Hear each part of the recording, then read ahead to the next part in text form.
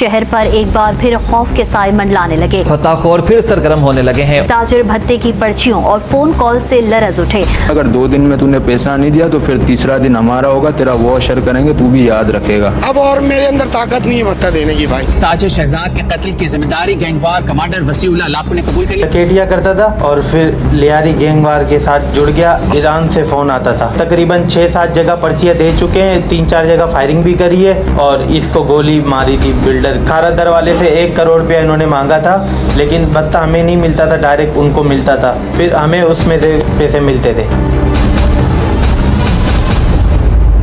कराची में अगर भत्ताखोरी की बात की जाए तो एक मुआशी हब है कराची।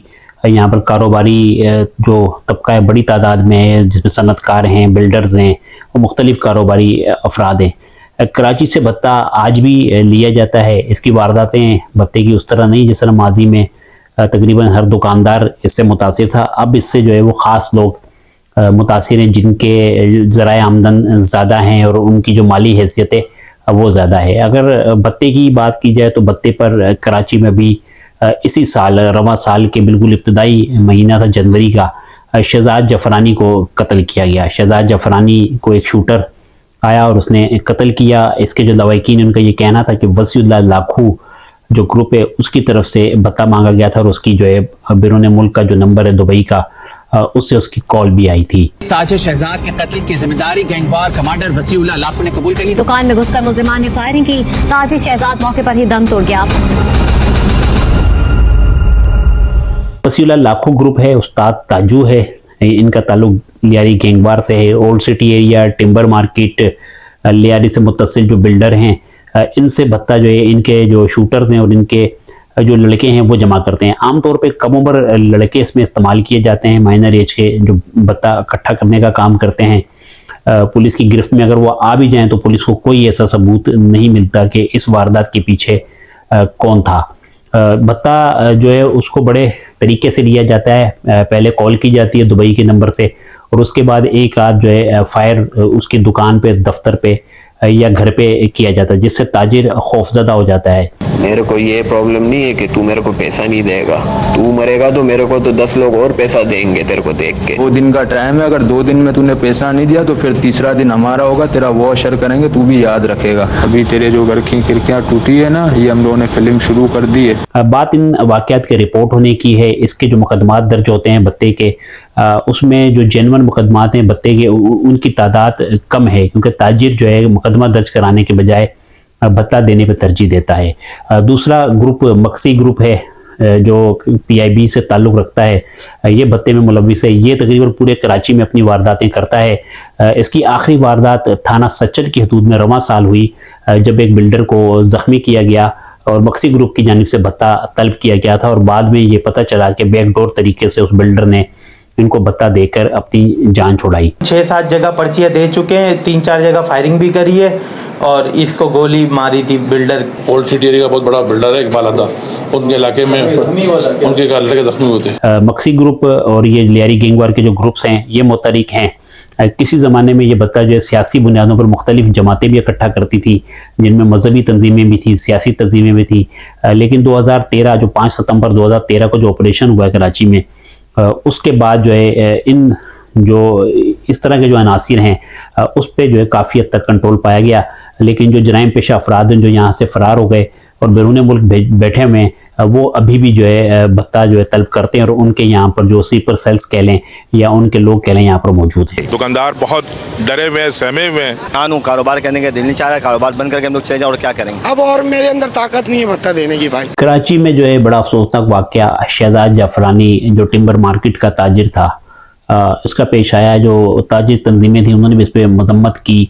लवाकिन से हमारी बात हुई, पुलिस से भी इस पर हमारी बात हुई। पुलिस ने भी इसको खालिस्तान भत्ते का वाक़या करार दिया था, जबकि जो ताजिर तंजीमें, जो ताजिर रहनुमा हैं, उनका ये कहना था कि इससे काफ़ी अरसे से वसीउल्लाह लाखो की जानिब से भत्ता तलब किया जा रहा था। ये बड़ा एक दर्दनाक वाक़या था जिसमें शहजाद जाफरानी अपनी ऑफिस में मौजूद है। CCTV फुटेज भी इसकी मंजर-ए-आम पर आई, टेलीविज़न पर भी चली, जिसमें देखा जा सकता है कि एक शूटर आया और उसने जो है विंडो से, जो इसकी फ्रंट विंडो है, विंडो से उसने हाथ निकाल के पिस्टल अंदर किया और इसका हेड शॉट लिया और उसके बाद वो बआसानी फरार हो गया। और शहजाद जाफरानी जो 35 से 36 साल इसकी जो है उम्र थी, ये मौके पर ही जाँ बाक हो गया। बाद में इसके जो लवाकिन हैं उनका भी ये कहना था, ताजिर तंजीमों का भी कहना था कि इससे भत्ता तलब किया जा रहा था और इसको जो है भत्ते पर कत्ल किया है। पुलिस ने इस पर तफ्तीश भी की, ज़ाती दुश्मनी, दीगर अमूर, लेन देन का तनाज़ा, लेकिन कोई ऐसी चीज़ नहीं मिली जो शहजाद जाफरानी के कत्ल की वजह बनती। इस केस में भी कोई गिरफ्तारी अमल में नहीं आ सकी, क्योंकि जो किरदार हैं वो पाकिस्तान में मौजूद ही नहीं हैं, वो मुल्क से बाहर हैं। और जो उनके यहाँ पर काम करने वाले लोग जो शूटर हैं, उनका कुछ पता नहीं चल सका कि किस शूटर को इस्तेमाल किया गया है। कराची में अगर आप भत्ते का जो निज़ाम है, इसकी अगर दर्जा बंदी करेंगे तो दो तरीके हैं। एक तरीका ऐसा जो लोकल सतह पर भत्ता लिया जाता है, ये छोटे जराइम पेशा अफराद होते हैं। अमूमन इसके लिए जो है माइक्रो जो फाइनेंस बैंक हैं, जैसे इजी पैसा, जैज़ कैश, इस तरह की जो ज़राए हैं, इनको यूज़ किया जाता है। अननोन नंबर बनाए जाते हैं और छोटे पैमाने पे ये भत्ता कलेक्ट किया जाता है। दूसरा जो इसका तरीका है वो बड़े पैमाने पे भत्ता, जैसा कि हमने बताया कि गैंगवार ग्रुप्स हैं और दीगर जराइम पेशा बड़े ग्रुप हैं, ये जो है भत्ता जमा करते हैं। मांगा कैसे जाता है, इसके लिए ये बैरून मुल्क की सिम्स इस्तेमाल करते हैं। बैरून मुल्क की सिम्स के नंबर से फ़ोन आता है और फ़ोन आने के बाद जो है उससे भत्ते का तकाजा किया जाता है, और अगर वो भत्ता नहीं देता या मना करता है तो उसको डराने के लिए फायरिंग भी की जाती है। या कम से कम ये है कि कोई गोलियों 2-3 गोलियां लेके उसको टेप से उसकी गाड़ी पे चिपका दिया जाता है, या उसके दफ्तर का जो दरवाज़ा है उस पर चिपका दिया जाता है, और उसमें एक पर्ची भी होती है जिसमें जो है भत्ता देने का कहा जाता है। ये जो नंबर होते हैं ये बाहर के होते हैं, बेनामी नंबर होते हैं, इनका कोई रिकॉर्ड नहीं होता। अगर पाकिस्तान की कोई एजेंसी या पुलिस या कोई भी कानून नाफिज करने वाला इदारा उसका CDR या उसका रिकॉर्ड लेना चाहे तो वो मुतल्लिका मुल्क से बड़ा तवील प्रोसेस है, और उसमें अगर वो मिल भी जाए तो वो काम नहीं आता, क्योंकि अमूमन जो टूरिस्ट होते हैं वो जाते हैं तो सिम उनको मिल जाती है और उसके लिए कोई शनाख्त नहीं ली जाती। ये बेनामी नंबर होते हैं, इन पे व्हाट्सएप बनाया जाता है और व्हाट्सएप को जो है इस्तेमाल किया जाता है, और इस पे कभी भी जो है कोई सुराग किसी का नहीं मिल सका। जेल का नेटवर्क भी मौजूद है और कुछ सालों पहले तक काफ़ी ज़्यादा मुतहरिक था, अब भी कहीं ना कहीं ये नेटवर्क काम कर रहा है।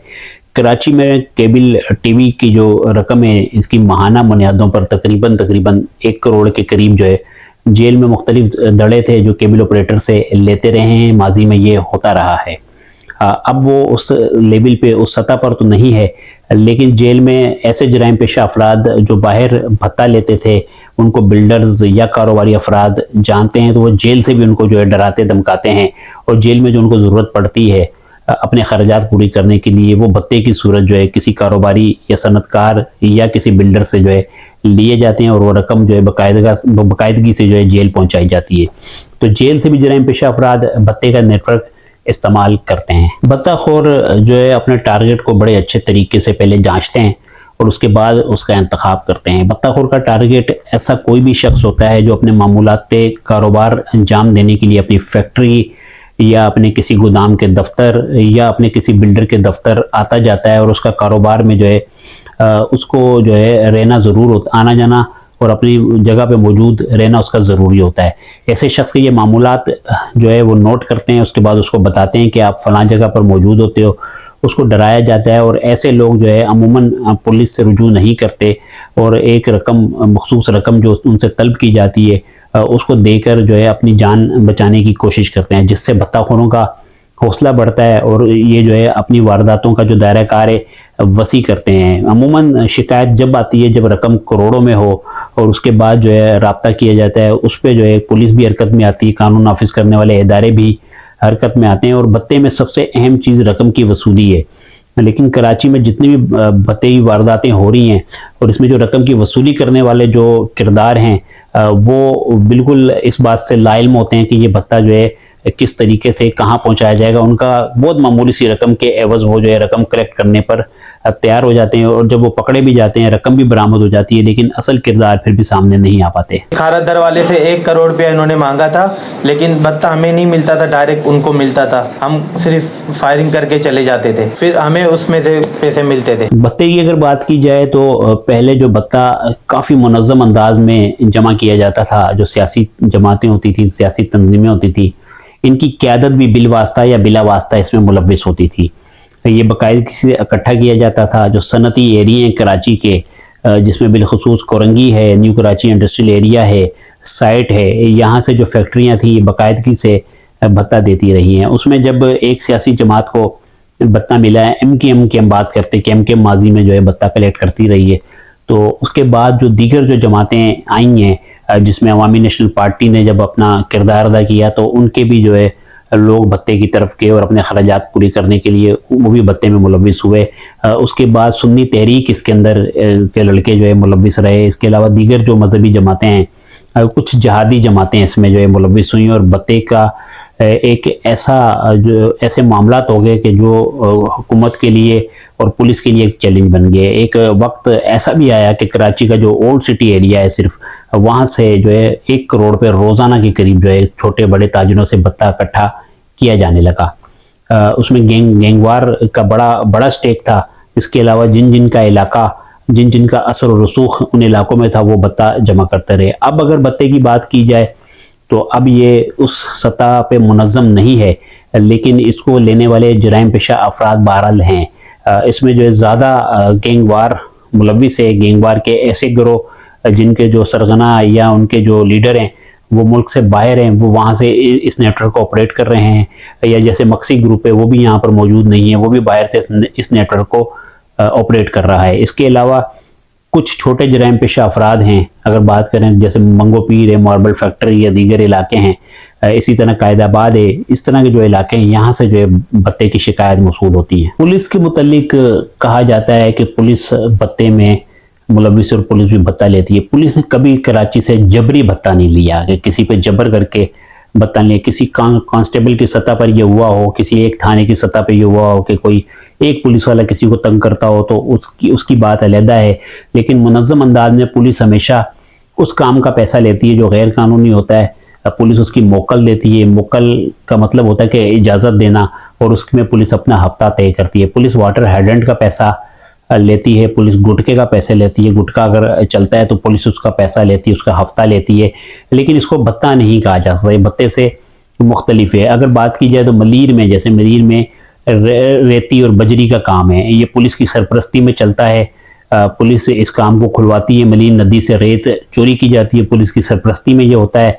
पुलिस इसके पैसे लेती रही है और पुलिस इसी चीज़ के पैसे लेती है। अगर बात की जाए तो मुख्तलिफ गैर कानूनी काम हैं जो पुलिस की सरपरस्ती में होते हैं, जिसमें जो अभी बात अगर की जाए तो बिन कासिम का इलाका, वहाँ एक ज़माने में स्टील मिल का जो है सरिया, लोहा और तांबा निकाला जाता था। पुलिस उसके जो है पैसे ज़रूर लेती रही है, लेकिन जबरन अगर कहा जाए कि किसी से इनफरादी तौर पे किसी ताजिर से या किसी कारोबारी शख्सियत से पुलिस ने कोई भत्ता लिया हो तो इसका जो है रिकॉर्ड कम ही मिलता है। ऑर्गेनाइज क्राइम पुलिस की आमदन का एक बड़ा हिस्सा है। मुनज़्ज़म जराइम जैसे जुए, सट्टे के अड्डे, मुख्तलिफ इलाकों में कराची के जुए और सट्टे के अड्डे मौजूद हैं जहाँ पर पर्ची और दीगर जो है जुआ खेला जाता है और पुलिस उसमें जो है अपना हफ्ता वसूल करती है। तीसरा ज़रिया है पुलिस का गुटखा। गैर कानूनी गुटखे के कारखाने हैं जो छोटी सतह पर मौजूद हैं, वो गुटखा सप्लाई करते हैं। पुलिस उन गुटखा फरोशों से लेके पान के केबिन पे गुटखा बेचने वाले तक से जो है हफ्ता वसूल करती है। इसके अलावा तीसरा जो मुनज़्ज़म कारोबार पुलिस के अब हाथ आया वो है गैर कानूनी कॉल सेंटर्स। ऐसे कॉल सेंटर्स जो अमेरिका, बरतानिया, कनाडा और दीगर जो वेस्ट के मुल्क हैं वहाँ का जो है क्रेडिट कार्ड का डेटा चोरी किया जाता है और उसके ऊपर जो है इसको साइबर क्राइम के अंदर आता है। वैसे ये इसको आम इस्लाम में इसको कहते हैं डब्बा चलाना। तो वो डब्बे चलाए जाते हैं और डब्बों के भी जो है पैसे जो है पुलिस और दीगर इदारे जिसमें FIA के भी कुछ विंग शामिल हैं वो हफ्ते की बुनियाद पर वसूल कर रहे हैं। ये बात भी कहना बिल्कुल गैर मुनासिब है कि पुलिस इसमें नाकाम है। पुलिस ने कई केसेस हल भी किए हैं भत्ताखोरी के, उसमें लोगों को पकड़ा भी है, मुकदमात भी दर्ज हुए हैं और भत्ते की रकम दी हुई जो रकूमें हैं वो भी बरामद पुलिस ने की हैं। अगर बात की जाए मुआवजा अगर माजी से किया जाए तो ये भत्ते की वारदातें तो बहुत ज़्यादा थी।